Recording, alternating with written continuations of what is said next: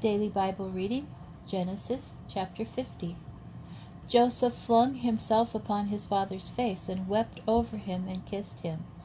Then Joseph ordered the physicians in his service to embalm his father, and the physicians embalmed Israel. It required 40 days, for such is the full period of embalming.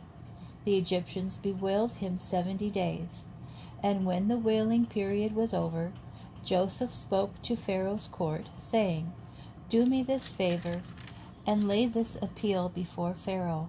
My father made me swear, saying, I am about to die.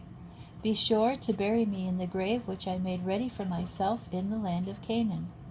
Now, therefore, let me go up and bury my father, then I shall return."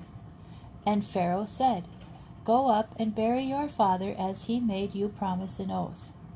So Joseph went up to bury his father, and with him went up all the officials of Pharaoh, the senior members of his court, and all of the Egypt's dignitaries, together with all of Joseph's household, his brothers, and his father's household.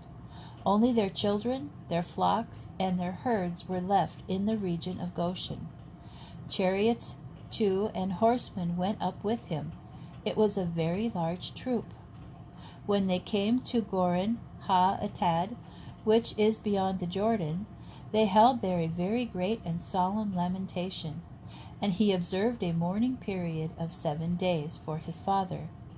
And when the Canaanite inhabitants of the land saw the mourning at Goren Ha-Atad, they said, "This is a solemn mourning on the part of the Egyptians."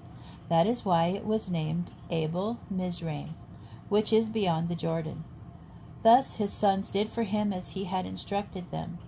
His sons carried him to the land of Canaan, and buried him in the cave of the field of Machpelah, the field near Mamre, which Abraham had bought for a burial site from Ephron the Hittite. After burying his father, Joseph returned to Egypt, he and his brothers and all who had gone up with him to bury his father.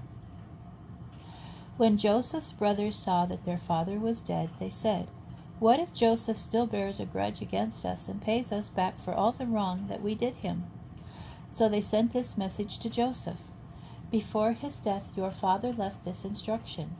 So shall you say to Joseph, 'Forgive, I urge you, the offense and guilt of your brothers who treated you so harshly. Therefore please forgive the offense of the servants of the God of your father.'"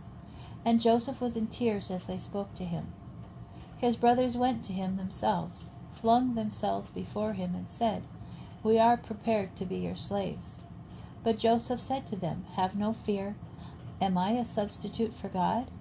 Besides, although you intended me harm, God intended it for good, so as to bring about the present result, the survival of many people. And so, fear not. I will sustain you and your children." Thus he reassured them, speaking kindly to them. So Joseph and his father's household remained in Egypt. Joseph lived 110 years. Joseph lived to see children of the 3rd generation of Ephraim. The children of Machir, son of Manasseh, were likewise born upon Joseph's knees. At length Joseph said to his brothers, "I am about to die.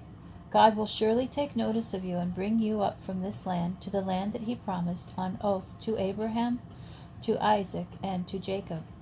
So Joseph made the sons of Israel swear, saying, "When God has taken notice of you, you shall carry up my bones from here." Joseph died at the age of 110 years, and he was embalmed and placed in a coffin in Egypt.